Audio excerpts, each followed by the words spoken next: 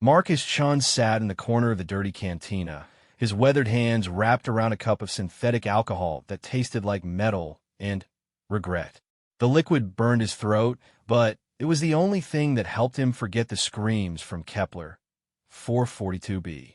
3 months had passed since the Zephyrian Empire had glassed his colony world, turning 2 million human settlers into ash and memories. The cantina buzzed with the chatter of dozens of alien species, their translator devices creating a constant hum of overlapping conversations. Tall, insectoid Manthari clicked their mandibles while discussing trade routes. Blue-skinned Vortakians argued politics in their musical language. Even a few massive Krogar mercenaries sat hunched over tables, their rocky hide scarred from countless battles. None of them paid attention to the lone human in the corner. To them, Marcus was just another refugee from a dead world, another victim of the Empire's unstoppable expansion.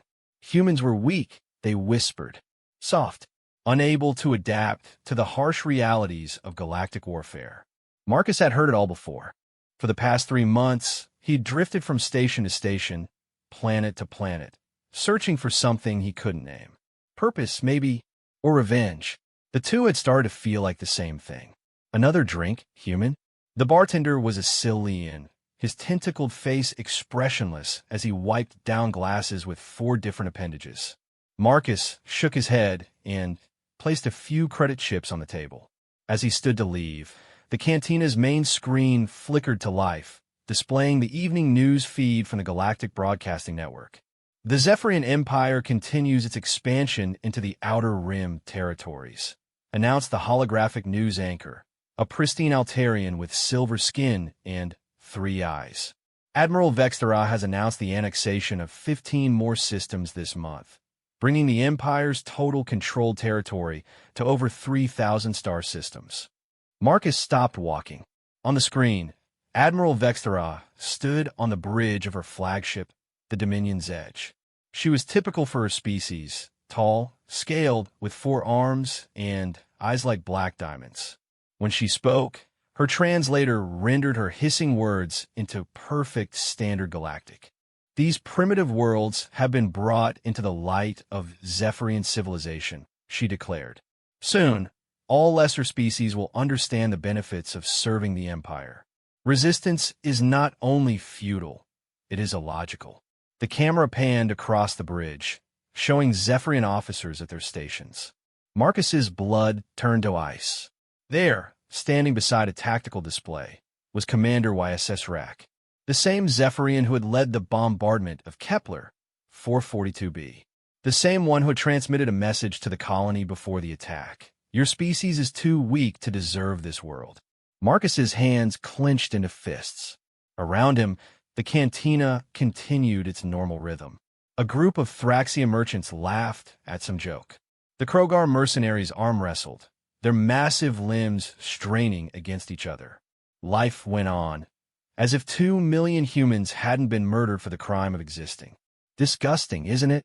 Marcus turned to find a young Altarian female sitting at the next table.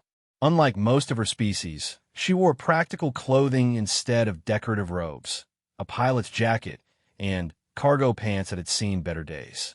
What? Marcus asked, the way they just announce it. Like it's nothing. She gestured at the screen. I'm Zara, by the way. Sara Veltos. And you're the human from the Kepler colony. Marcus studied her carefully. How do you know that? Word travels fast on a station like this. A human survivor asking questions about Zephyrian military movements? People notice. She leaned forward, her silver skin catching the light. The question is, what are you planning to do about it? Nothing, Marcus said, but the word felt like ash in his mouth. What can one person do against an empire?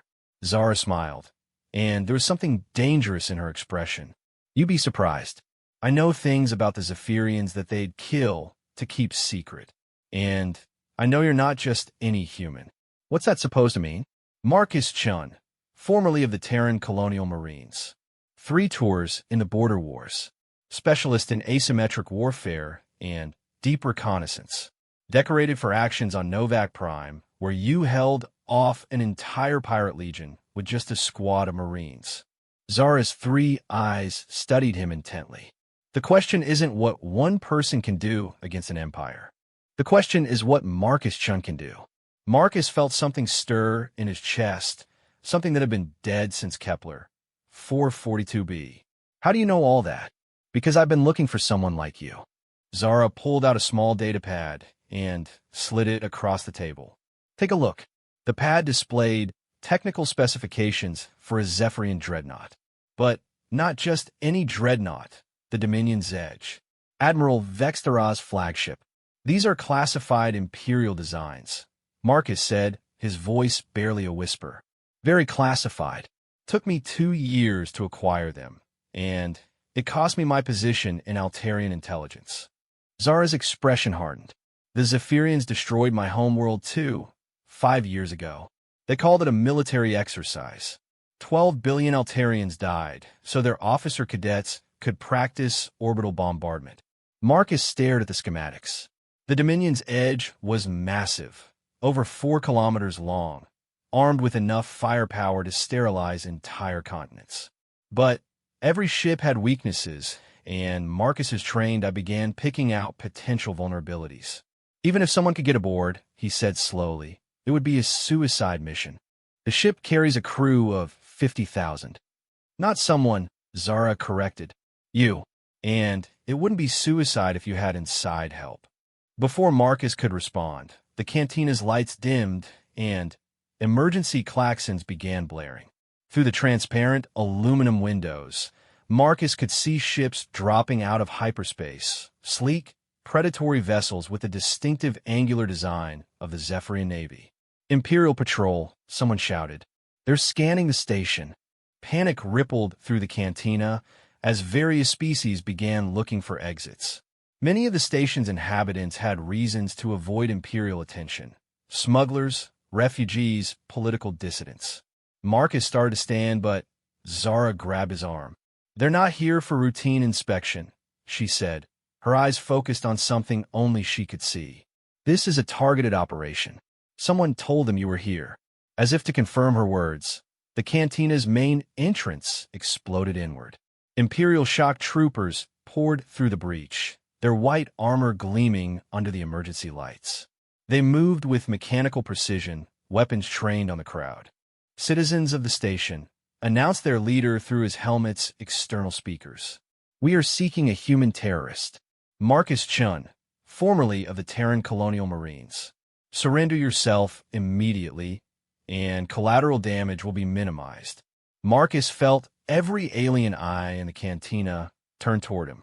He could see the calculations in their expressions. Was turning him in worth the reward? Was protecting him worth the risk? The Krogar mercenaries made their decision first. The largest one, his rocky hide scarred from countless battles, slowly reached for the plasma rifle slung across his back. Krogar protect no human, he rumbled in broken standard. But Krogar hate Imperial dogs more. The cantina erupted into chaos. The Krogar opened fire with their massive weapons, their plasma bolts splashing against Imperial armor.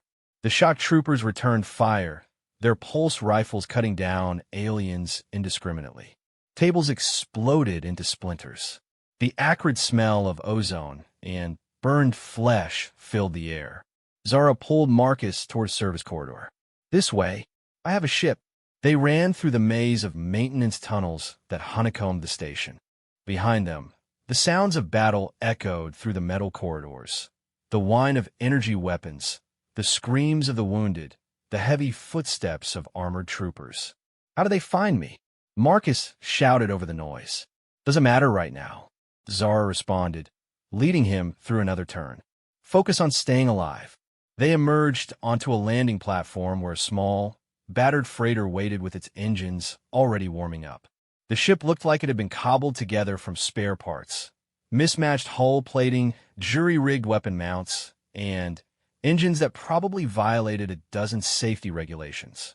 She's not much to look at, Zara admitted as they climbed aboard. But she's fast, and her stealth systems work better than anything the Empire has. The ship's interior was cramped but functional. Zara slid into the pilot's seat, and began the launch sequence while Marcus strapped himself into the co-pilot's chair. Through the cockpit windows, he could see Imperial shuttles landing on nearby platforms, disgorging more troops. Launching in 3, 2, 1. The freighter shot away from the station like a bullet, its modified engines pushing them deep into the system's asteroid field. Zara's hands danced across the controls, weaving between massive chunks of rock and ice while Imperial fighters scrambled to pursue them. "They're gaining," Marcus observed, watching the tactical display. Not for long. Zara activated the ship's stealth systems, and suddenly they were invisible to sensors, hidden among the asteroids like a ghost. The Imperial fighters circled the area for nearly an hour before giving up and returning to their carriers. Once they were gone, Zara set course for the edge of the system. "We need to talk," she said, engaging the autopilot. "About what you saw in that cantina." "The Krogar stood up for me," Marcus said, still processing what had happened. "I didn't expect that." "The Empire has been expanding for centuries," Zara explained. "They've conquered or enslaved dozens of species, made examples of entire worlds. There's a lot of anger out there, but no one's been able to focus it. And you think I can? I think you're the right person in the right place at the right time."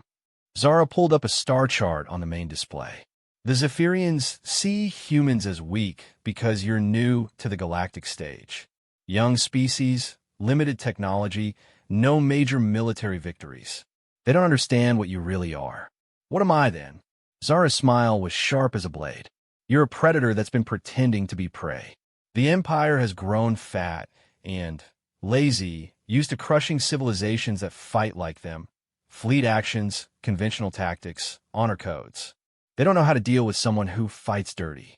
Marcus stared at the star chart, seeing the vast expanse of Zephyrian territory. Thousands of systems, billions of beings living under Imperial rule. It seemed impossible. "Even if I wanted to fight them," he said finally, "how do you hurt something that big?" "The same way you kill any large predator," Zara replied. "You don't attack its strength. You attack its weaknesses. And I know exactly where the Empire is most vulnerable." She highlighted a system near the galactic core, heavily defended, strategically crucial. Zephyr Prime, the Imperial homeworld. It's where they keep their command structure, their central databases, their most important prisoners. Prisoners? You're surviving colonists from Kepler 442b. The Empire doesn't just kill everyone. They take the useful ones. Scientists, engineers, anyone with valuable skills. They're being held in labor camps on the homeworld. Marcus felt his heart stop. "How many?" "According to my sources, about 50,000. The Empire announced that everyone died in the bombardment, but they kept the ones they could use." The implications hit Marcus like a physical blow. His daughter Sarah had been a quantum physicist. His son David was a terraforming engineer. His wife Elena had been a medical researcher. They could still be alive. "I can get you to Zephyr Prime," Zara continued. "My ship can slip past their defenses. But once you're there, you'll be on your own." Marcus closed his eyes, feeling the weight of 2 million dead settling on his shoulders. But now there was something else, hope. Terrible, dangerous hope. "What would you want in return?" "A chance to watch the Empire burn," Zara said simply.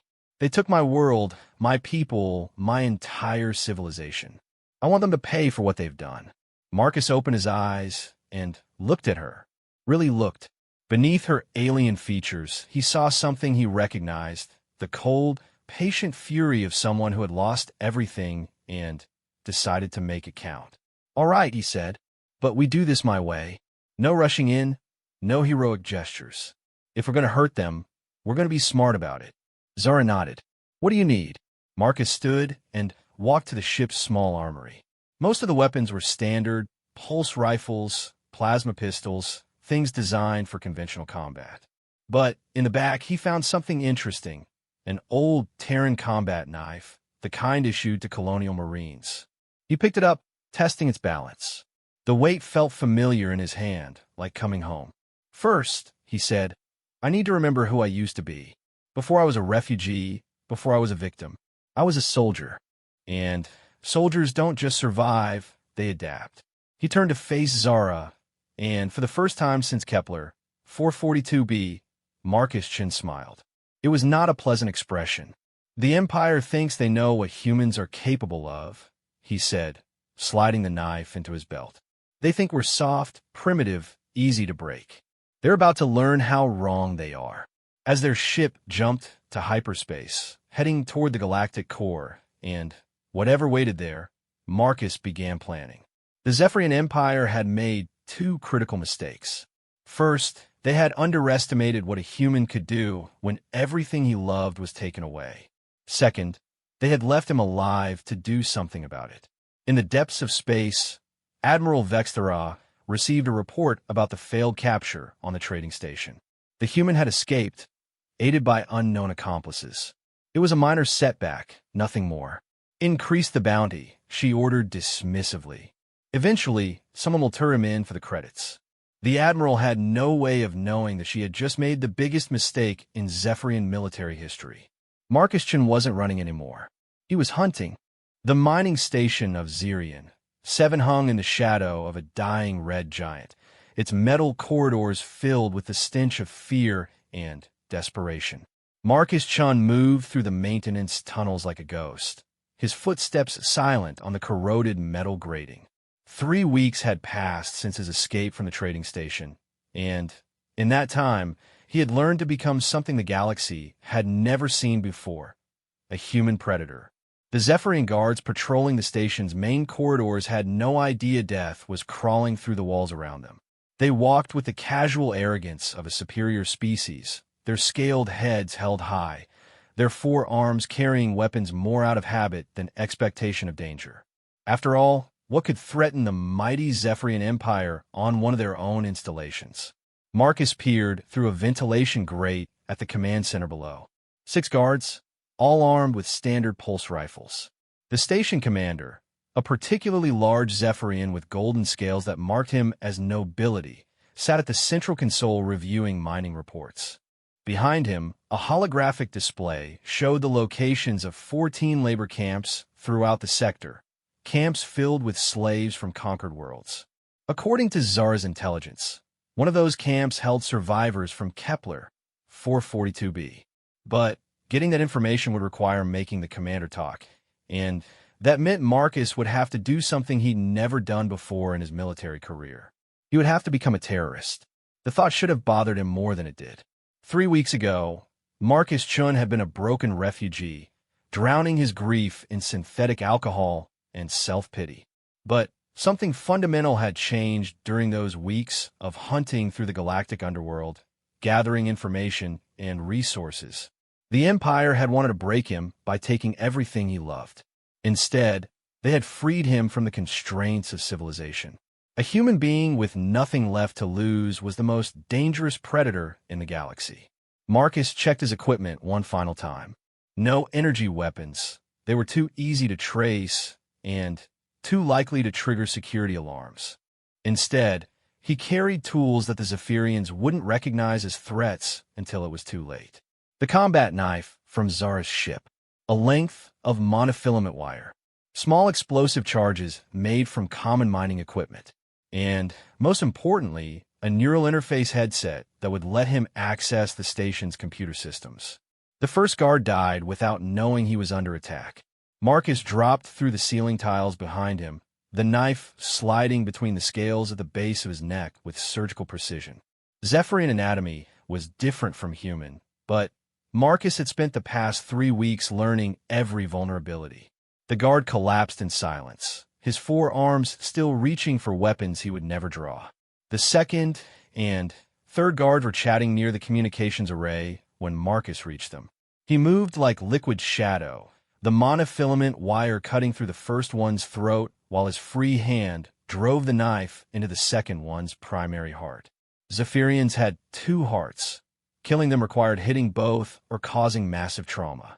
Marcus had practiced on captured pirates until he could do it in his sleep. The 4th guard turned just as his companions fell. His eyes widened in shock and terror as he saw a small, pale creature covered in Zephyrian blood standing over 2 corpses. The guard opened his mouth to scream a warning, but Marcus was already moving. The knife flew through the air, burying itself in the guard's throat and severing his vocal cords. He died trying to speak, choking on his own blood. Guards 5 and 6 heard the bodies hit the floor and spun toward the commotion, their weapons rising. But Marcus was no longer where they expected him to be. He had learned from studying dozens of alien species that most of them thought in 3 dimensions: floor, walls, ceiling. They didn't expect attacks from impossible angles. Marcus dropped from the light fixture above them, landing on the 5th guard's shoulders and riding him to the ground while his knife found the gap between skull plates. The 6th guard fired wildly, his pulse rifle discharging energy bolts that scorched the walls and ceiling. But Marcus was already rolling aside, coming up behind a computer console and throwing one of his explosive charges. The blast wasn't large, just enough to shatter the guard's armor and send him sprawling. Marcus finished him with a knife while his ears were still ringing from the explosion. 6 guards dead in less than 2 minutes, and not one of them had managed to trigger an alarm. Marcus wiped his blade clean on the 6th guard's uniform and turned to face the station commander, who was staring at him in complete shock. Commander Youthkara was typical Zephyrian nobility. 3 meters tall, golden scales, for arms each ending in clawed hands that could crush a human skull. He had been born into a warrior caste that had conquered half the galaxy, trained from childhood to see other species as inferior. The idea that a small, soft human could pose any threat to him was literally incomprehensible.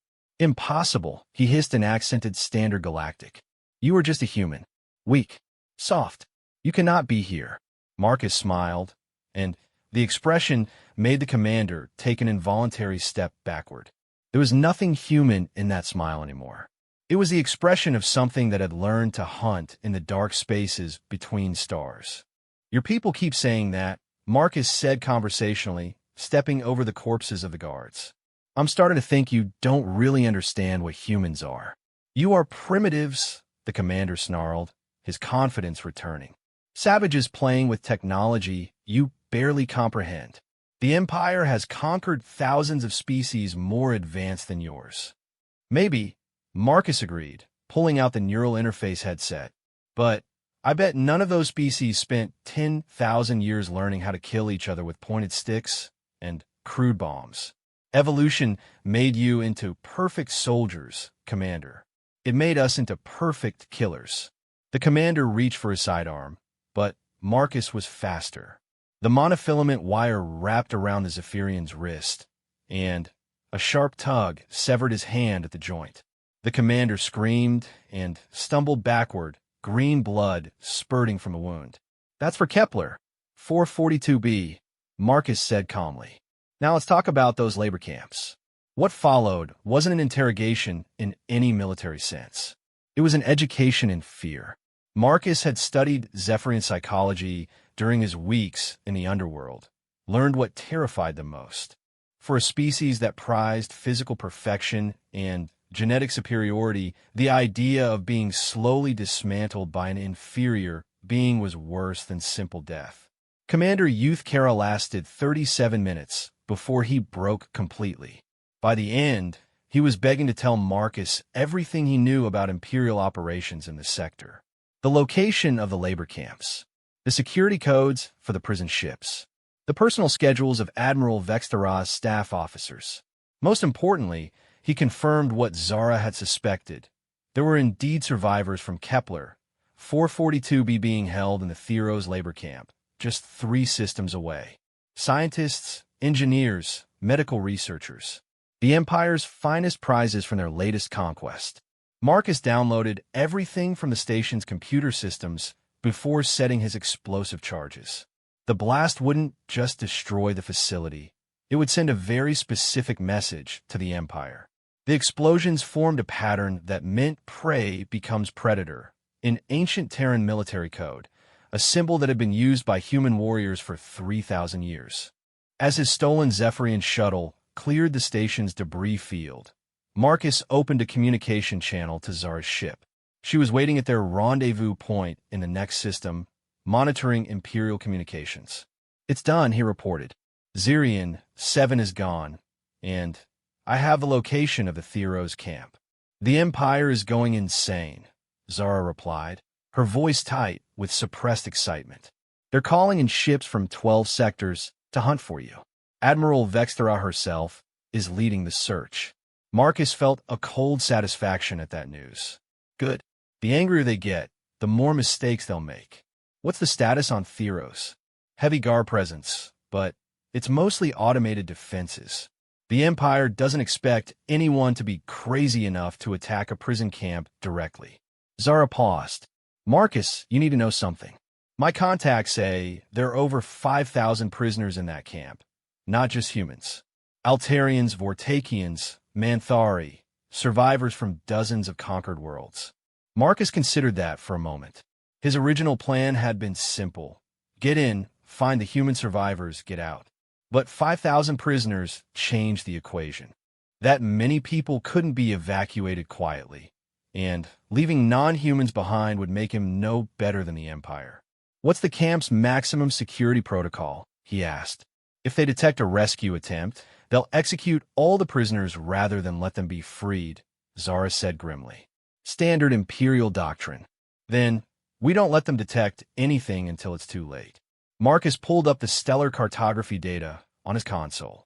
I'm going to need more than just extraction. I'm going to need an army. Where are we going to get an army? Marcus smiled again, and this time there was something genuinely human in the expression. The cold calculation of a species that had climbed to the top of their food chain by being smarter, meaner, and more adaptable than anything else on their world. We're going to make one. The Broken Chain was a pirate haven hidden in the Maelstrom Nebula, a place where the galaxy's outcasts and criminals gathered to trade stolen goods and plan their next raids. It was also, according to Zura's intelligence network, home to over 300 experienced fighters who had very good reasons to hate the Zephyrian Empire. Marcus's shuttle entered the nebula's swirling gas clouds 3 days later, following a course that had been transmitted to him by a smuggler named Crix Vortal. The pirate base was built into a massive asteroid, its surface bristling with weapon emplacements and sensor arrays. To most civilized beings, it would have looked like a den of thieves and murderers. To Marcus Chun, it looked like a recruitment center.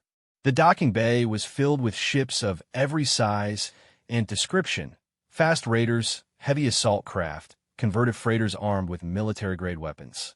Their crews were just as diverse: tall, insectoid Manthari with cybernetic implants replacing lost limbs, scarred Vortakians carrying enough weapons to outfit a small army, even a few massive Krogar whose rocky hides were decorated with trophies from their victories. What they all had in common was a burning hatred for the Empire that had destroyed their worlds, enslaved their people, and left them with nothing but their ships and their weapons. Marcus walked through the base's main corridor with Zara at his side, drawing stares and whispers from the pirates. Word of his attack on Zirian 7 had spread through the galactic underworld like wildfire. A single human had penetrated Imperial security, killed 6 trained guards, tortured information from Station Commander, and escaped with classified intelligence. The feat was considered impossible by most species. The pirates saw him differently. They saw a predator who had learned to hunt the hunters. The base's common area was a massive chamber carved from the asteroid's interior, filled with tables where pirates planned their raids and counted their stolen loot. At the center of the room sat Throck Ironhide, the Krogar warlord who ruled the Broken Chain with an iron fist and a plasma cannon that had never failed to kill whatever he pointed at. Throck was massive even by Krogar standards, nearly 4 meters tall, with rock-like hide that bore the scars of 1,000 battles. His cybernetic left arm ended in a weapon mount that could deploy anything from a cutting laser to a micromissile launcher. When he spoke, his voice rumbled like an avalanche.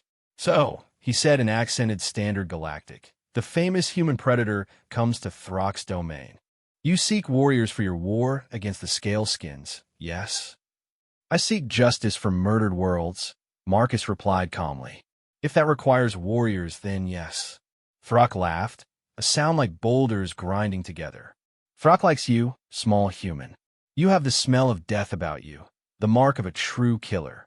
But why should Krogar pirates follow human commands? What can you offer that is worth risking our ships? Marcus had expected this question. He activated his risk communicator and displayed the holographic image he'd recorded during his escape from Zirian 7.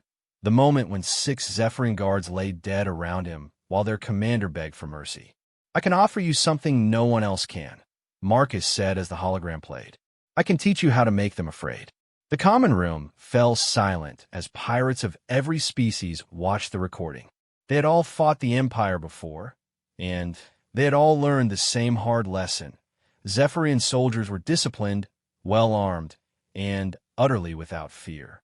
They died hard and never broke under pressure. But in the hologram, a Zephyrian commander was screaming in terror, reduced to a broken animal by a creature 1/3 his size. The Empire thinks it knows how to fight, Marcus continued, shutting off the hologram. They've conquered the galaxy using superior firepower and military discipline. They fight like soldiers because that's what they are, bred for war, trained from birth, programmed to follow orders. He gestured around the room at the assembled pirates. But you're not soldiers. You're thieves, murderers, raiders, people who survive by being unpredictable. The Empire doesn't know how to fight an enemy that doesn't follow the rules of war. You speak of rules, rumbled a scarred Vortakian captain named Veltar. But what rules do you follow, human? What code guides your actions? Marcus was quiet for a long moment, thinking of 2 million dead colonists and 50,000 enslaved survivors. When he spoke, his voice carried the weight of absolute conviction. There's only one rule, he said. Win. The discussion that followed lasted for hours. Marcus laid out his plan for the assault on Theros, highlighting how each pirate crew could contribute to the operation while maximizing their chances of survival and profit. He didn't promise easy victory or glorious battle. Instead, he offered something far more valuable to these outcasts. He offered them a chance to hurt the thing that had taken everything from them. By the end of the night, Marcus had his army. 18 ships crewed by some of the most dangerous criminals in the galaxy, all united by their hatred for the Empire and their respect for the human who had proven that Zephyrians could bleed. As the pirate fleet prepared for departure, Throck pulled Marcus aside for a private conversation. The massive Krogar studied the human with eyes like black diamonds, his expression unreadable. Throck has fought many battles, the warlord said slowly, has killed many enemies. But Throck has never seen anything like what you did to those guards. You fight like no species Throck knows. How do I fight? Marcus asked, curious about the alien perspective. Throck was quiet for a moment, searching for the right words. Zephyrians fight like predators. Strong, fast, deadly. But they are honest predators. They hunt, they kill, they eat. Simple. The Krogar's massive head tilted slightly, his voice dropping to a whisper. You fight like something that learned to hunt predators. Something that became more dangerous than the things it fears. Marcus nodded slowly. It was the most accurate description he'd heard yet of what he'd become in the weeks since Kepler. 442b. The Empire made me this way, he said simply. They wanted to break humanity, so they took everything we loved and left us with nothing but anger and the will to survive. They created their own worst nightmare. Throck's laugh was like distant thunder. Then, let us go teach them the true meaning of fear, human predator. Let us show them what happens when prey becomes hunter. As the pirate fleet jumped to hyperspace, heading toward the Theros labor camp and the 5,000 prisoners waiting there, Marcus Chun stood on the bridge of Zara's ship and watched the stars blur past. In 3 weeks, he had gone from broken refugee to the leader of an army. The empire that had destroyed his world was about to learn what humans were truly capable of when their backs were against the wall. The predator was no longer hiding. He was stalking his prey, and somewhere in the depths of Imperial space, 5,000 prisoners were about to discover that the galaxy's most dangerous species wasn't giving up without a fight. The Theros labor camp squatted on the surface of a barren moon like a metallic cancer, its towers and walls cutting harsh lines against the perpetually gray sky. From orbit, it looked impregnable. Energy shields, automated defense turrets, and a garrison of 200 Imperial guards. The kind of facility that could hold off a conventional assault by a small fleet. Marcus Chun crouched in the ruins of an ancient mining facility 15 kilometers away, studying the camp through military-grade binoculars while his 18-ship pirate fleet waited in the system's outer asteroid belt. Beside him, Zara monitored Imperial communications while Thrak Ironhide and Veltar examined the tactical data they'd gathered. Defense grid is standard Imperial configuration, the Vortakian captain reported, his blue skin marked with ritual scars that told the story of his people's destruction. Particle beam turrets, shield generators, and a central command bunker that coordinates everything. Take out the bunker, and the whole system goes down. Easier said than done, Thrak rumbled, his massive frame causing small rocks to shift beneath him. Bunker is deep underground, protected by 3 meters of reinforced armor. Would take ship-based bombardment to penetrate, which would also kill all the prisoners, Marcus pointed out. The moment they detect our fleet, they'll execute everyone in the camp rather than let them be rescued. That was the central problem with any rescue operation against Imperial facilities. The Zephyrians had learned from previous liberation attempts by desperate families and underground resistance movements. Standard protocol was to kill all prisoners the instant rescue forces were detected, denying their enemies any strategic or emotional victories. But Marcus Chin wasn't planning a rescue operation. He was planning something far more dangerous. What if they never detect our fleet? He asked, lowering his binoculars. Zara looked up from her communications equipment. The orbital sensors are too sensitive. Any ship larger than a shuttle would be spotted before it reached the moon's surface. Then, we don't use ships. Marcus pulled out the camp schematics they'd stolen from Zirian 7, spreading them across a flat rock. Look at the prisoner quarters. 5,000 people crammed into barracks designed for half that number. Poor ventilation, overcrowding, inadequate medical facilities. Your point, Veltar asked. Disease spreads fast in conditions like that, Marcus explained. And when prisoners start dying, the Empire has to do something about it. They can't afford to lose their slave labor to preventable illness. Understanding dawned in Thrak's black eyes. You want to make them sick. Force the Empire to bring medical supplies. Not just medical supplies, Marcus corrected. Medical personnel. A full quarantine and treatment team with authorization to access every part of the facility. He tapped the schematics, including the command bunker. Zara studied the plan with her 3 eyes, her expression growing more impressed by the moment. It could work, but we need something that looks like a natural outbreak, something that wouldn't trigger security protocols. Already taken care of, Marcus pulled out a small vial of clear liquid from his equipment pack. Synthetic pathogen, designed to mimic Altarian lung fever. Fatal if untreated, but completely curable with standard Imperial medical protocols. Our friend at Zirian 7 was very helpful in explaining how Imperial medical response teams operate. The 4 of them spent the next 6 hours refining the plan. It was complex, requiring precise timing and the cooperation of every crew in their makeshift fleet. More importantly, it required Marcus to infiltrate the camp alone while disguised as an Imperial medical officer, something that should have been impossible for a human. But Zara's ship carried more than just standard stealth technology. Hidden in its cargo bay were several sets of holographic disguise generators, devices that could make anyone appear to be a completely different species. The technology was illegal in most systems, banned by treaties designed to prevent espionage and identity theft. Perfect for a terrorist operation. As night fell over the barren moon, Marcus made his final preparations. The holographic disguise would make him appear to be a young Zephyrian medical officer, complete with scales for arms and the distinctive height of the Imperial species.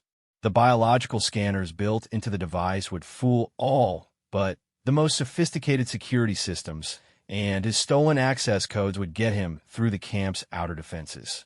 The hard part would be what came after. Remember, Zara said as she helped him calibrate the disguise generator.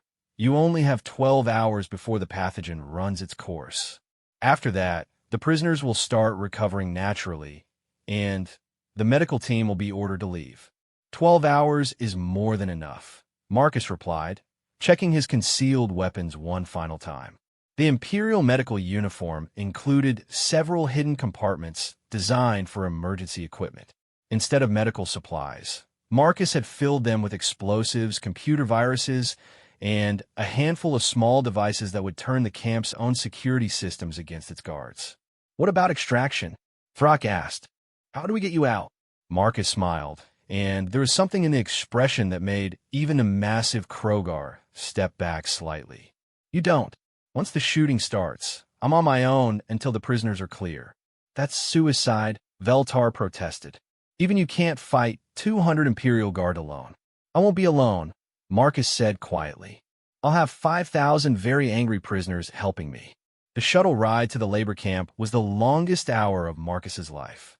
As the camp's defense grid scanned his stolen vessel, he forced himself to remain calm while computers analyzed his forged credentials and biological signatures. If the disguise failed now, he would be atomized before he could even attempt to fight back. But the scans came back clean, and the camp's traffic control system directed him to a landing platform near the main medical facility. Marcus walked down the shuttle's ramp with the confident stride of an Imperial officer, his false identity as medical specialist YSS Koth already uploaded to the camp's personnel database. The camp commander, a scarred veteran named Zek Thor, met him at the platform along with 2 guards and the camp's chief medical officer, Dr. Velnara. Medical specialist YSS Koth reporting for quarantine duty. Marcus said in perfect Zephyrian, his voice synthesizer translating his words into the appropriate vocal patterns. I understand we have a potential lung fever outbreak among the prisoners. 17 cases confirmed, with more suspected, Dr. Velnara replied, her scales pale with exhaustion. The conditions in the prisoner barracks are ideal for disease transmission.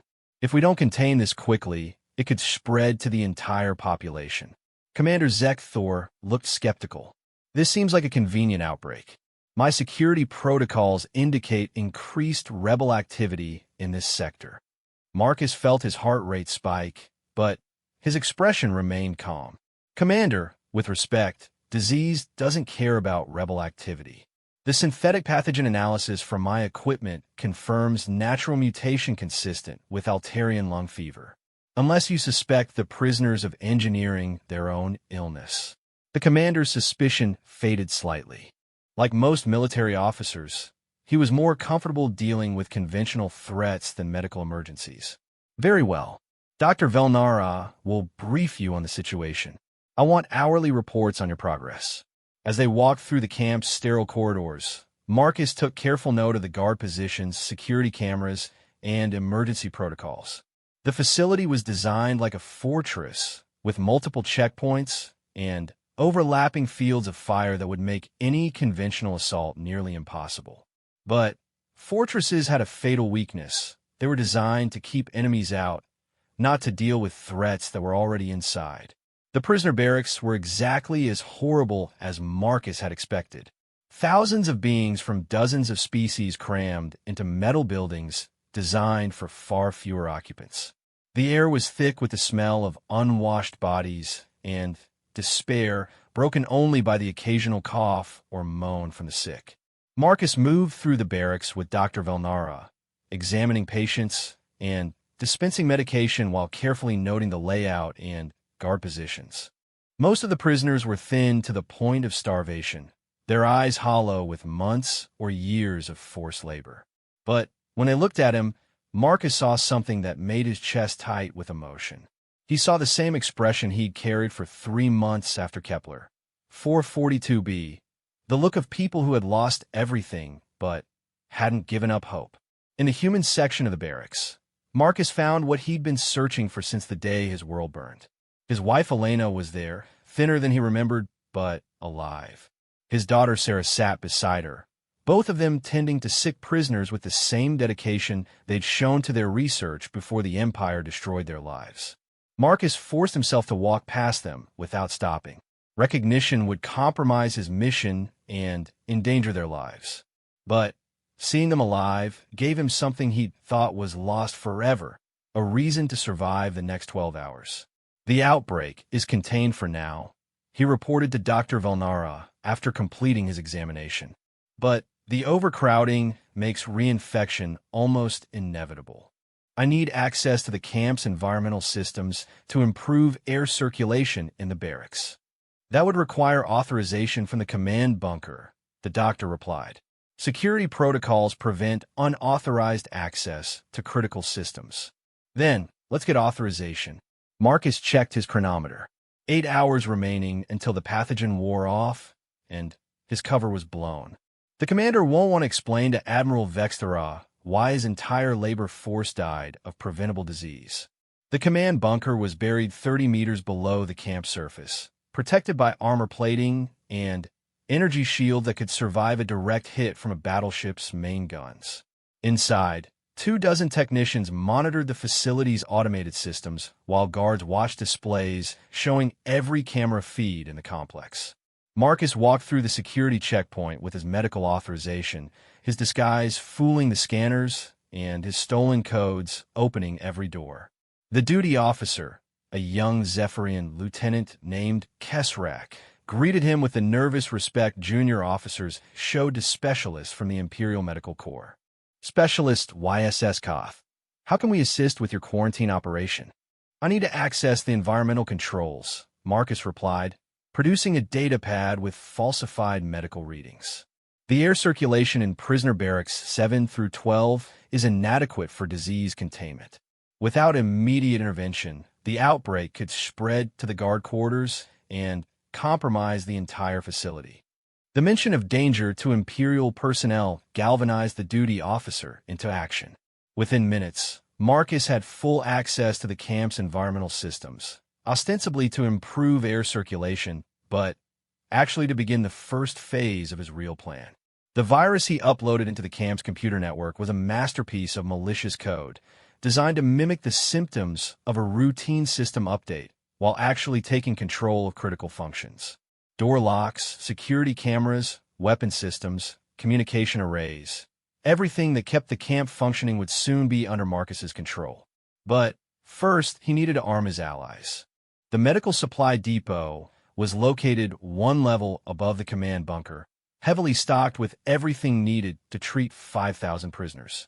Marcus made several trips between the depot and the prisoner barracks, ostensibly distributing medication, but actually hiding weapons and equipment in places where the prisoners could access them when the time came. Plasma cutters disguised as medical scanners. Explosive charges hidden inside medicine bottles. Communication devices that looked like standard health monitors. By the time Marcus finished his deliveries, every barracks had enough firepower to outfit a small army. All that remained was to give the signal. With 2 hours left on his countdown, Marcus returned to the command bunker and made his final preparations. The virus in the computer system was ready to activate. The prisoners were armed and waiting for their opportunity. The pirate fleet was positioned at the edge of the system, prepared to jump in the moment the camp's shields went down. Marcus stood in the center of the command bunker, surrounded by technicians and guards who had no idea they were sharing the room with their own death. For a moment, he thought about the person he'd been 3 months ago, a grieving refugee who'd wanted nothing more than to drink himself into oblivion. That man was gone, replaced by something the Empire had created through their own cruelty. They had wanted to break humanity by taking everything humans loved. Instead, they had forged a weapon that would tear their empire apart from within. Marcus activated his virus and dropped his holographic disguise. The transformation was immediate and shocking. Whereas Zephyrian medical officer had stood moments before, now there was a human male with pale skin, dark hair, and eyes that burned with cold fire. The duty officer stared in disbelief, his mind struggling to process what he was seeing. Impossible, Lieutenant Kesrak whispered. You are human. How did you? Marcus drew the combat knife from his medical kit and buried it in the lieutenant's throat before he could finish the question. Around the command bunker, security screens went dark as the computer virus took hold of the camp systems. Emergency lights flickered on, casting everything in a hellish red glow. "Attention, prisoners of Thero's labor camp." Marcus said into the facility's communication system, his voice echoing through every barracks and corridor. "My name is Marcus Chun, formerly of the Terran Colonial Marines. You have been enslaved by an empire that considers you less than animals. Today, that ends." The reaction was immediate. Throughout the camp, 5,000 prisoners looked up from their bunks and workstations as a human voice spoke words they had dreamed of hearing for months or years. Words that meant hope. Words that meant freedom. Words that meant the galaxy's most dangerous predator had come hunting for Zephyrian blood. "The doors are unlocked," Marcus continued, watching through security cameras as cell blocks throughout the facility sprang open. "Your weapons are hidden in the medical supplies I distributed earlier. The guard stations are marked on your personal displays. You know what they've done to your worlds, your families, your people." Throughout the camp, thousands of beings began moving with purpose. Humans, Altarians, Vortakians, Manthari, representatives of every species the Empire had conquered, all united by their hunger for vengeance against their oppressors. "Show them what happens when prey becomes predator," Marcus said, and cut the communication. The battle for Thero's labor camp was about to begin. And for the first time since the Empire's founding, Zephyrian soldiers were about to learn what it felt like to be the hunted instead of the hunters. The first Zephyrian guard to die never saw his killer coming. Prisoner designation X, 47291, formerly Captain Voss of the Altarian Defense Force, had been waiting 3 years for this moment. When the cell doors unlocked and Marcus Chen's voice echoed through the barracks, Voss moved with the fluid precision of a trained soldier. The plasma cutter, disguised as a medical scanner, made no sound as it burned through the guard's neck, dropping him in the corridor while his patrol partner was still processing the escaped prisoner alert. Throughout the labor camp, similar scenes played out as 5,000 captives became an army of liberation. The Empire had made a critical error in their prisoner selection. They had chosen the most valuable members of conquered species, which meant they had imprisoned the engineers, soldiers, scientists, and leaders who knew exactly how to fight back. In the command bunker, Marcus Chun watched the uprising unfold through hijacked security cameras while Zephyrian technicians scrambled to regain control of their systems. The computer virus he'd uploaded was working perfectly, turning the camp's own defenses against its guards. Automated turrets swiveled to target Imperial personnel. Security doors slammed shut, trapping response teams in isolated sections. Communication arrays broadcast jamming signals that prevented the garrison from coordinating their defense. Restoration teams to level 7. The bunker's chief technician shouted over the chaos. "We need those turrets back online." "The system isn't responding," another officer reported, his scaled hands flying over unresponsive controls. "Something has taken complete control of our network." Marcus smiled coldly as he drew his combat knife. "That something would be me." The technician spun toward his voice, their 4 eyes widening in shock as they saw the human who had infiltrated their most secure facility. For a moment, the command bunker fell silent except for the distant sounds of battle echoing from the levels above. Chief Technician Morthak recovered first, his training overcoming his surprise. "Security alert. Human intruder in the command bunker. All units respond." Marcus was already moving before the words finished leaving the Zephyrian's throat. The knife flashed across the room, taking Morthak in the chest while Marcus rolled behind a bank of computers for cover. The remaining technicians reached for their sidearms, but they were scientists and engineers, not soldiers. They died quickly and quietly, their green blood spattering across instrument panels and display screens. With the command bunker secured, Marcus had complete control over the camp systems. He activated the external defense grid, but instead of protecting the facility, he programmed it to target the Imperial barracks and supply depots. Particle beams lanced down from orbital platforms, turning guard quarters into craters of molten metal and superheated rock. The garrison's response was swift but confused. Commander Zek Thor had dealt with prisoner riots before, but never on this scale and never with the camp's own systems turned against him. His orders echoed through the facility's remaining communication channels as he tried to rally his scattered forces. All units fall back to defensive positions. Seal the armory and medical facility. Execute Containment Protocol 77 Alpha. Marcus's blood turned to ice when he heard those words. Containment Protocol 77 Alpha was the Empire's euphemism for prisoner execution. Rather than lose their valuable slaves to an uprising, the Zephyrians would pump poison gas through the ventilation systems, killing everyone in the camp except for personnel in sealed command areas. But Marcus had spent weeks studying Imperial procedures, and he had prepared for this possibility. Computer, execute medical override protocol, he said into the bunker's command console. Authorization YSS Koth Medical Specialist 779. The system responded immediately, Marcus's stolen codes still valid despite his revealed identity. Throughout the camp, the ventilation systems switched from poison gas to a powerful sedative that would render Imperial guards unconscious in minutes. The Zephyrians had designed the override to protect medical personnel during disease outbreaks. They never imagined it could be used against them. On the security displays, Marcus watched as Zephyrian soldiers began collapsing at their posts, overcome by their own chemical weapons. The prisoners, warned by Marcus's broadcast, had sealed themselves into areas with independent air supplies or worn improvised breathing masks made from medical equipment. With the immediate threat neutralized, Marcus opened a communication channel to the pirate fleet waiting at the system's edge. All ships, this is Predator. The defenses are down. Begin your attack run. Throck Ironhide's voice rumbled across the channel, filled with savage anticipation. Acknowledged Predator.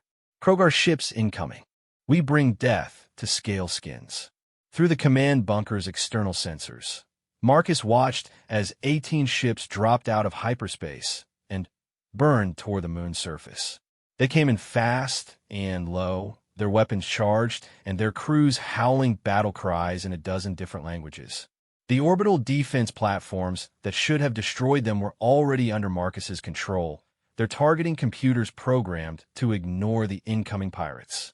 The first wave hit the camp's vehicle depot, turning Imperial shuttles and patrol craft into expanding balls of flame. The second wave targeted the communication towers, ensuring that no word of the uprising could reach Imperial reinforcements.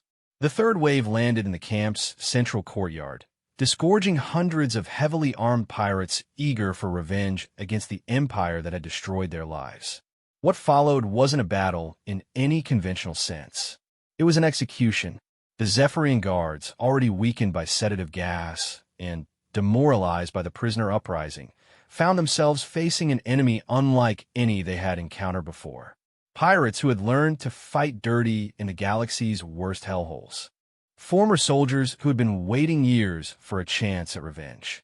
Civilians who had watched their families die and wanted nothing more than to make their oppressors suffer.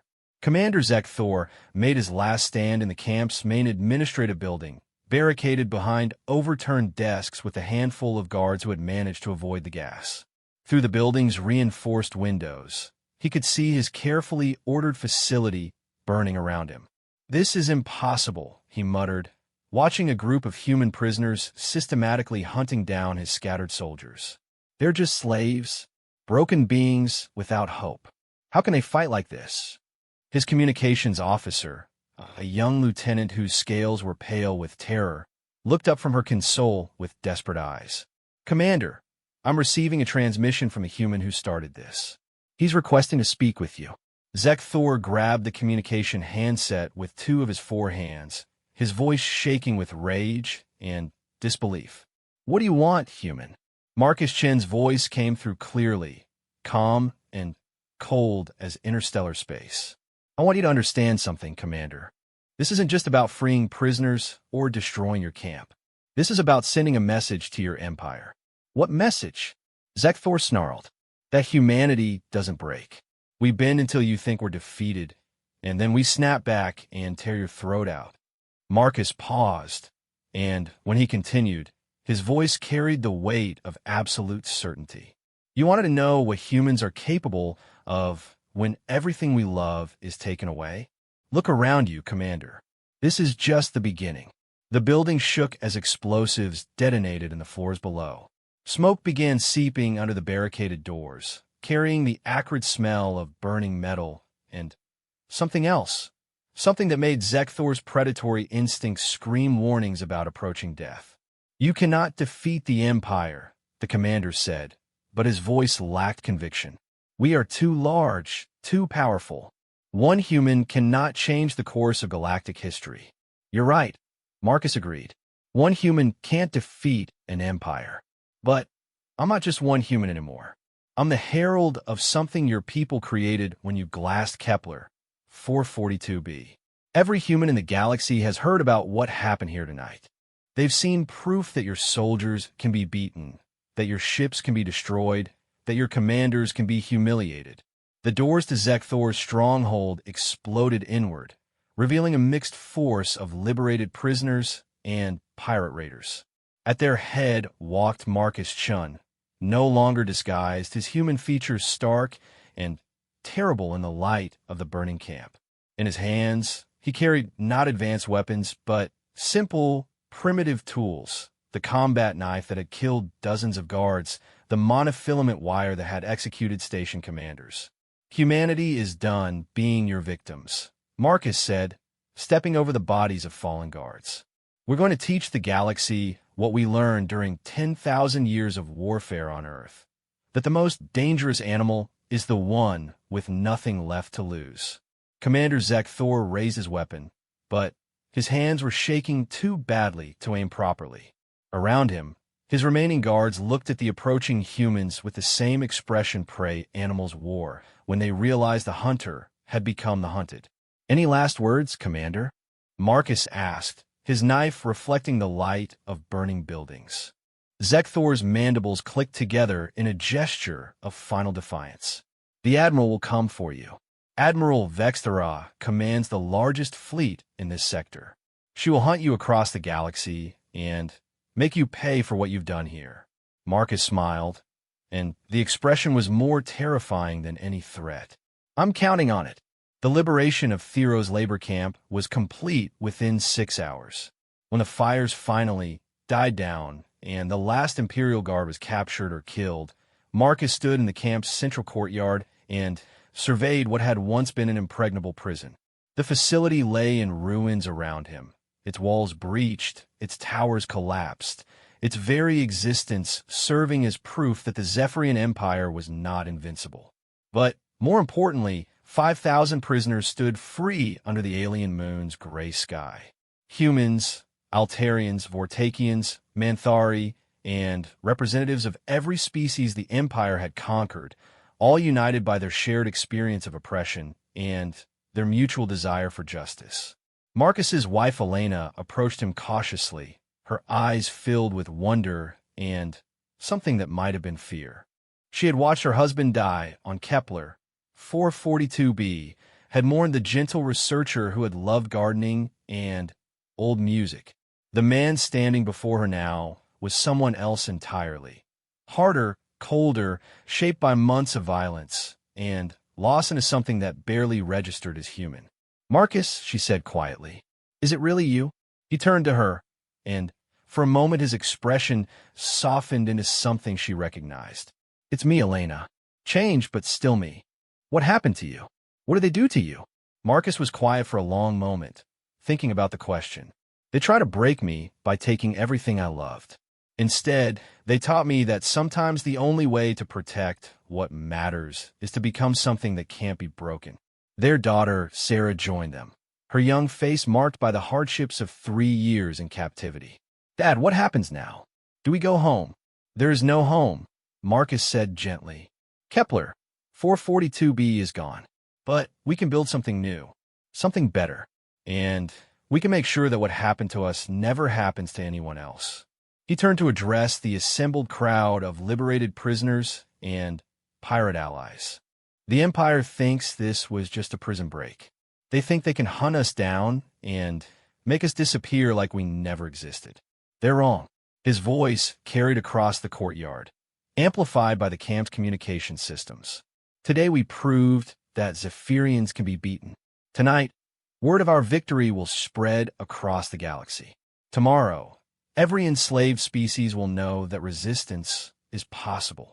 Throck Ironhide stepped forward, his massive frame casting a long shadow in the artificial light.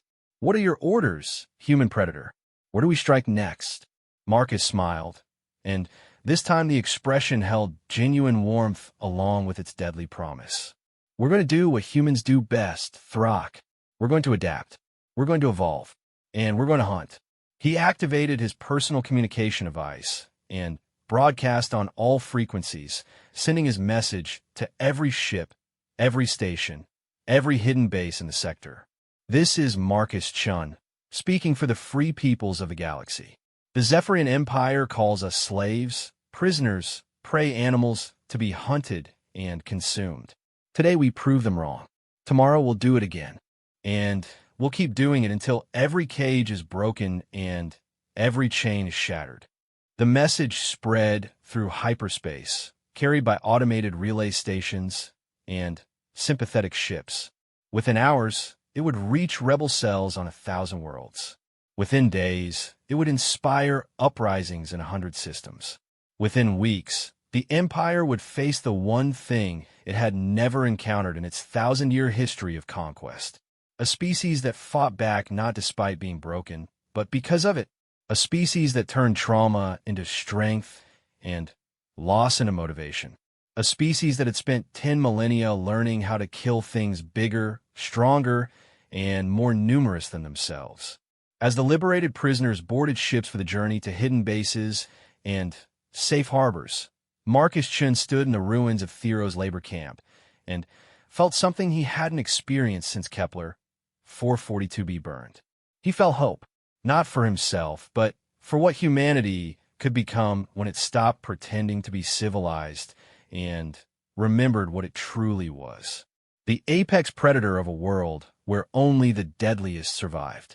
And now that Predator was loose among the stars, with an empire full of prey to hunt, Admiral Vextera received word of Theros' fall while reviewing fleet deployments aboard her flagship. At first, she dismissed the report as impossible. A single labor camp, defended by 200 guards, could not fall to a prisoner uprising. The prisoners were broken beings, crushed by years of captivity and slave labor. But as more reports flooded in from across the sector, destroyed patrol ships, raided supply convoys, coordinated attacks on Imperial facilities, she began to understand that something fundamental had changed in the galactic balance of power. The prey had become predators, and they were hunting her. "Double all patrols," she ordered, her scaled hands clenching into fists. "Institute martial law in all occupied systems. Find this human and bring me his head." Her aide, a young officer with pristine scales and untested loyalty, looked up from his console with confusion in his black eyes. "Admiral, our intelligence indicates this Marcus Chun is just one individual. Surely our forces can handle a single terrorist." Admiral Vextera stared out at the stars, her predatory instincts warning her that something was very wrong with that assessment.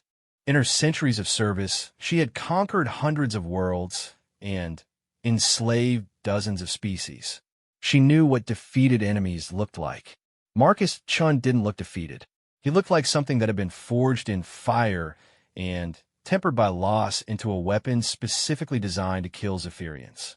"Increase the reward for his capture to 50 million credits," she commanded, "and begin preparing for a full-scale military response. This human has declared war on the Empire." She paused, her mind already working through tactical possibilities and strategic responses. "And send word to the Emperor's Council. Tell them that humanity may be more dangerous than we initially assessed." As her flagship turned toward the sector where Marcus Chun had last been sighted, Admiral Vexthera couldn't shake the feeling that she was no longer the hunter in this equation.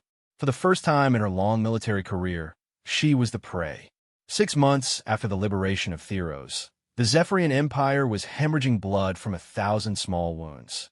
Marcus Chin's message had spread across the galaxy like wildfire, inspiring resistance movements on every world the Empire controlled.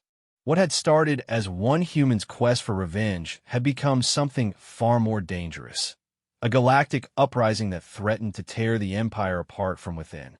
Admiral Vexthera stood on the bridge of her flagship, the Dominion's Edge, studying tactical displays that showed the extent of the damage.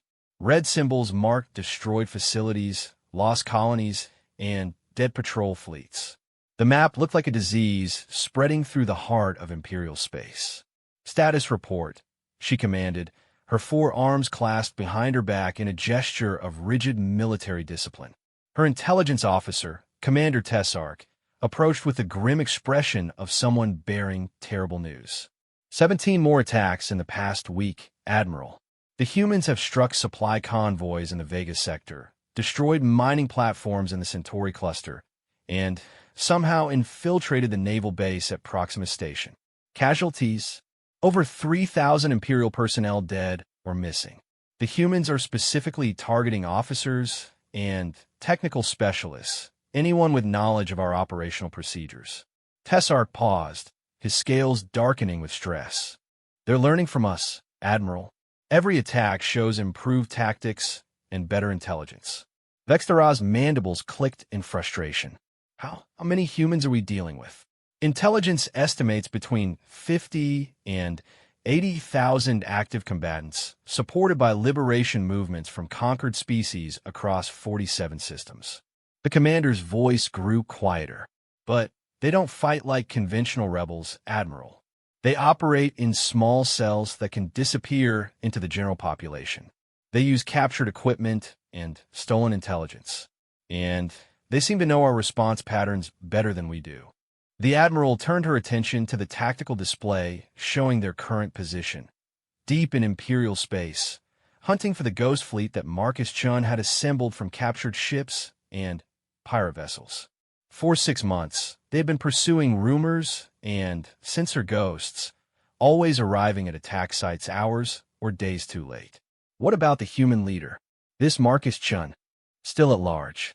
Our sources indicate he's been present at over 30 major operations, but he never stays in one place long enough for us to target him. He moves like... Tessark struggled for the right words. Like something that evolved to hunt predators. Vexthera was about to respond when her communications officer announced an incoming transmission on all frequencies. The main display flickered to life, revealing a face that had become the most wanted image in Imperial space. Marcus Chun, older and harder than when this war began, his eyes holding the cold fire of someone who had stared into the abyss and chosen to stare back. "Greetings, Admiral Vexthera," Marcus said, his voice calm and conversational. "I hope you're enjoying our little game of hide and seek." The bridge fell silent as every officer stared at the human who had single-handedly destabilized their empire. Vexthera gestured for the communications officer to trace the signal, but Marcus seemed to anticipate her order. "Don't bother tracing this transmission," he continued. "I'm broadcasting from 17 different locations simultaneously. By the time you triangulate any of them, I'll be long gone." "What do you want, human?" Vexthera snarled, her predatory instincts screaming at her to attack, despite the impossibility of reaching her enemy. "I want to make you an offer," Marcus replied. "Single combat. You and me aboard a neutral station with representatives from every species in the galaxy as witnesses. Winner takes all." The Admiral laughed, a harsh sound that echoed through the bridge. "You must be insane. I am Admiral of the Third Fleet, trained from birth for warfare. You are a single human with stolen equipment and delusions of grandeur. Why would I risk my fleet on such foolishness?" Marcus smiled, and the expression sent ice through Vexthera's veins. "Because if you refuse, I'm going to do something that will make your precious empire remember this day forever." Before the Admiral could respond, proximity alarms began screaming throughout the ship. The tactical display lit up with new contacts, dozens of ships dropping out of hyperspace around the Dominion's edge. But these weren't the ragtag rebels that Imperial intelligence had described. These were warships, heavily armed and bearing the markings of every species the Empire had conquered. Impossible commander ça, whispered. Those are Imperial ship designs, but the energy signatures are all wrong. That's because they're not Imperial ships anymore, Marcus explained, his image still dominating the main display. They're Liberation Fleet vessels, crewed by people who remember what freedom looks like. People who've learned to fight the way humans fight. Vextera stared at the tactical display in growing horror. Her flagship was surrounded by 63 enemy vessels, and more were arriving every minute. The rebels had somehow assembled a fleet larger than anything Imperial intelligence had imagined possible. How? She demanded. How did you gather this many ships without our knowledge? The same way humans survived on Earth for 10 million years, Marcus replied. We adapted. We learned from our mistakes. And we remembered that the strongest predators aren't always the biggest ones. The Admiral's tactical mind was already analyzing the situation. The Dominion's edge was powerful, but even a dreadnought couldn't survive against those odds. Her escort fleet was 3 hours away, too far to provide support. For the first time in her military career, she was trapped. You have my attention, she said carefully. State your terms. Simple. You and I fight in single combat aboard the station I prepared for this occasion. No weapons except what we can carry. No armor except what we wear. Winner takes everything. Your fleet, your territory, your empire's future in this sector. And if I refuse? Marcus's smile widened. Then my fleet opens fire, and we settle this the hard way. But I should mention that several of my ships are crewed by survivors from worlds you personally destroyed. They've been looking forward to meeting you for a very long time. Vextera considered her options. A straight fight would mean the destruction of her flagship and the death of 50,000 crew members. Even if she could somehow win, the cost would cripple Imperial operations in this sector for years. But accepting the humans' challenge meant risking everything on single combat against an enemy who had already proven capable of impossible victories. Why single combat? She asked. Why not simply destroy my ship and be done with it? Because this isn't about destroying the Empire, Marcus said, his voice growing serious. It's about showing the galaxy that your people can be beaten, that you're not the unstoppable conquerors you pretend to be. Every species in this sector will be watching, Admiral. When you fall, the myth of Zephyrian invincibility dies with you. The challenge hung in space between them, carried by radio waves and the weight of history. Around the Dominion's edge, the Liberation Fleet waited in perfect formation, their weapons charged but silent. They were giving their enemy a choice, honorable combat or total annihilation. Vextera closed her eyes and thought about the empire she had served for 3 centuries. She had conquered worlds in its name, enslaved populations, and enforced the imperial will across 1,000 systems. But now, faced with the consequences of those actions, she began to understand what Marcus Chun represented. He wasn't just a terrorist or a rebel leader. He was evolution in action, a species adapting to survive in a hostile environment by becoming more dangerous than anything that threatened it. The Empire had tried to break humanity, and humanity had responded by becoming something that could break the Empire in return. I accept your challenge, she said finally. But I have one condition. Name it. When I kill you, your fleet disperses and this rebellion ends. No more attacks on Imperial facilities. No more liberation operations. The humans return to their designated worlds and accept their place in the galactic order. Marcus nodded slowly. And when I kill you, the Empire withdraws from this entire sector. Every conquered world goes free. Every slave is liberated, and your people never return. Deal. Deal. The neutral station that Marcus had prepared for their combat was a masterpiece of psychological warfare.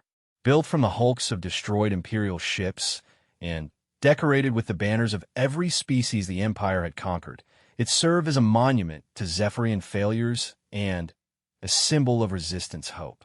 Representatives from dozens of worlds had gathered to witness the combat, their diverse forms filling the observation decks that surrounded the central arena. Humans, Altarians, Vortakians, Manthari, even some Krogar pirates, all united by their hatred of Imperial oppression and their desperate hope that Marcus Chun could deliver the impossible victory they needed.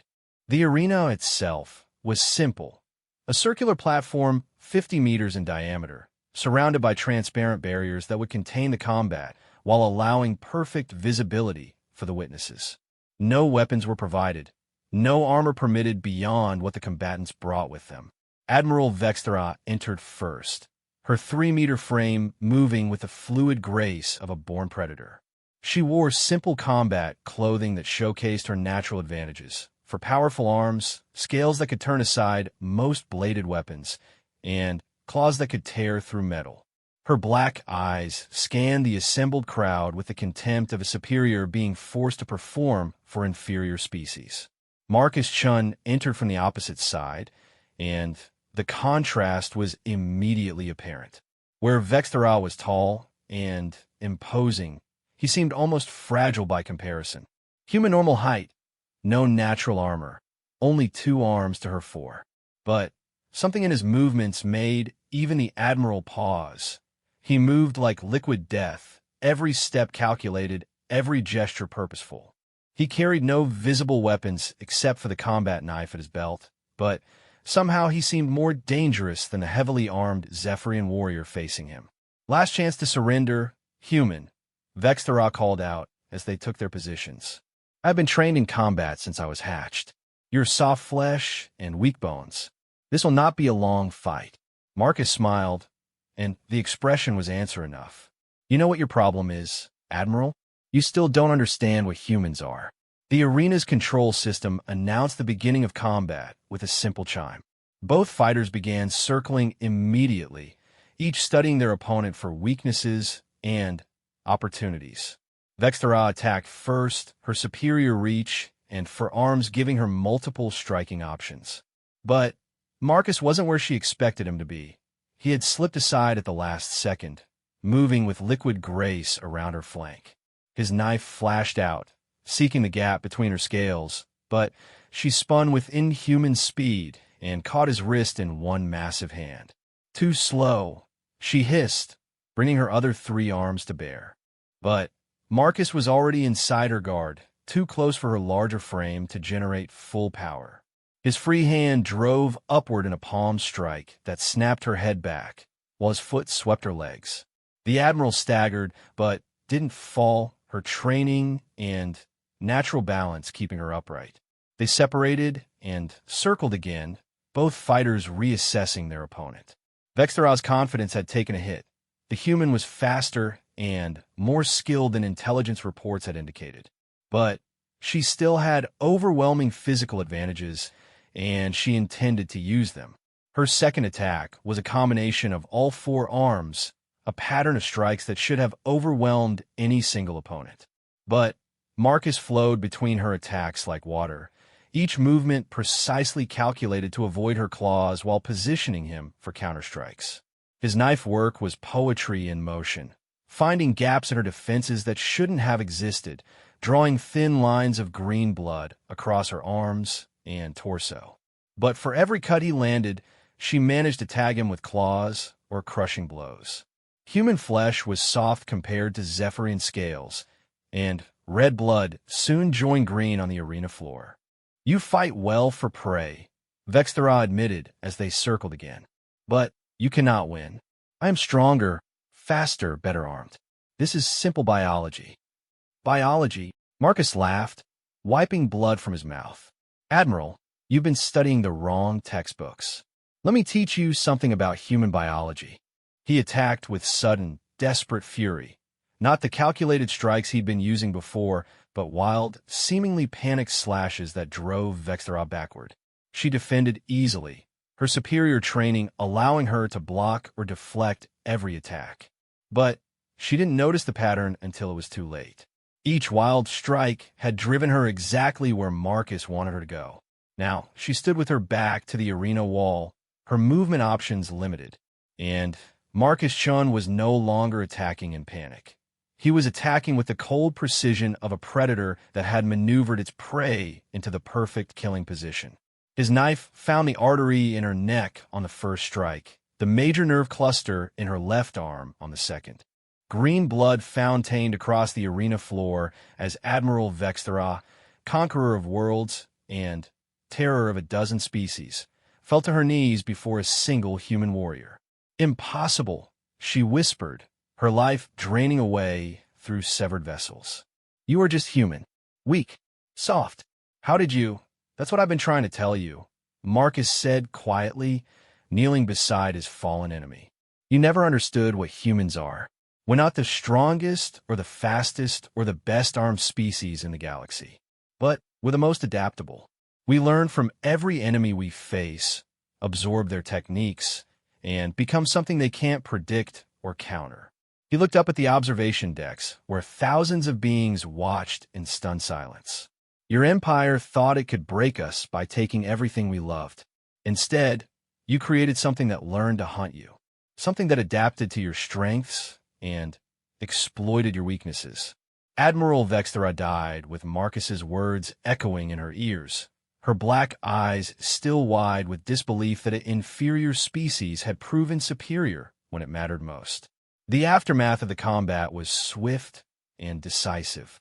The Dominion's Edge surrendered to the Liberation Fleet without firing a shot, its crew too demoralized by their admiral's death to continue fighting.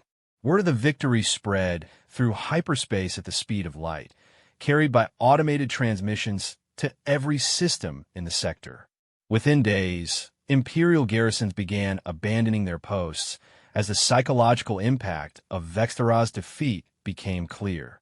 If the Empire's best admiral could fall to a single human warrior, then perhaps the Empire itself was not as invincible as everyone believed. Marcus stood on the bridge of his flagship, formerly Vexthera's flagship, and watched the Liberation Fleet disperse to begin the work of freeing conquered worlds. Each ship carried the same message. The age of Imperial domination was ending, and the age of freedom was beginning. "What happens now?" asked Zura, who had served as his intelligence chief throughout the rebellion. "The Empire will send more fleets, larger armies. They won't simply accept the loss of an entire sector." Marcus nodded, his eyes fixed on the stars ahead. "You're right. This is just the beginning of a much larger war. But we've proven something important today. The Empire can be beaten." Every species in the galaxy saw that combat, saw one of their greatest admirals fall to a human warrior. That changes everything. He turned to address his command staff, a diverse group of former slaves, pirates, and rebels who had learned to fight as a unified force. "The Empire thinks this was about revenge for Kepler 442b. They still don't understand that it was never about revenge. It was about evolution." Elena Chun approached her husband, still amazed by the transformation she had witnessed over the past months. The broken refugee she had known on Kepler 442b was gone, replaced by something harder and more dangerous, but also, somehow, more human. "What do you mean, evolution?" she asked. Marcus smiled, and this time the expression held warmth along with its deadly promise. "Humans have always been survivors, Elena. We've faced extinction events, ice ages, plagues, wars that killed millions. Each time, we adapted and became stronger. The Empire thought they could break us by destroying our worlds and enslaving our people. Instead, they gave us the motivation we needed to evolve into something the galaxy has never seen before." He gestured at the Liberation Fleet spreading across the sector, carrying freedom to worlds that had known only oppression for generations. They created a species of warriors who fight not for conquest or glory, but for the right to exist. They forged us in the fires of loss and grief until we became something that can't be broken, can't be enslaved, and can't be stopped. As their ship jumped to hyperspace, heading toward the next world that needed liberation, Marcus Chun stood at the command console and thought about the journey that had brought him here. 6 months ago, he had been a lone human seeking revenge for his murdered world. Now he was the leader of a galactic resistance movement that had proven the Zephyrian Empire was not invincible. But, more importantly, he had proven something else, that humanity's greatest strength was not in its technology or its weapons, but in its refusal to accept defeat. When everything else was stripped away, when hope seemed lost and extinction appeared certain, humans did what they had always done. They adapted, they evolved, and they found a way to survive. The Empire had wanted to turn humanity into prey. Instead, they had awakened a predator that would hunt them across the stars until every chain was broken and every cage was opened. The lone human had become something far more dangerous, the herald of human freedom and the nightmare of every tyrant who thought they could break the human spirit. In the depths of Imperial space, emergency sessions were being called as news of Admiral Vextharaz's defeat reached the highest levels of government.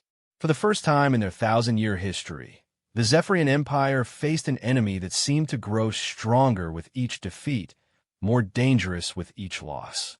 They had awakened something they didn't understand and couldn't control. They had turned prey into predator, victim into avenger, refugee into revolutionary. They had unleashed humanity upon the galaxy, and nothing would ever be the same again. The age of human submission was over. The age of human ascendancy had begun, and in the darkness between stars, Marcus Chun smiled and planned his next move in a war that would reshape the galaxy forever.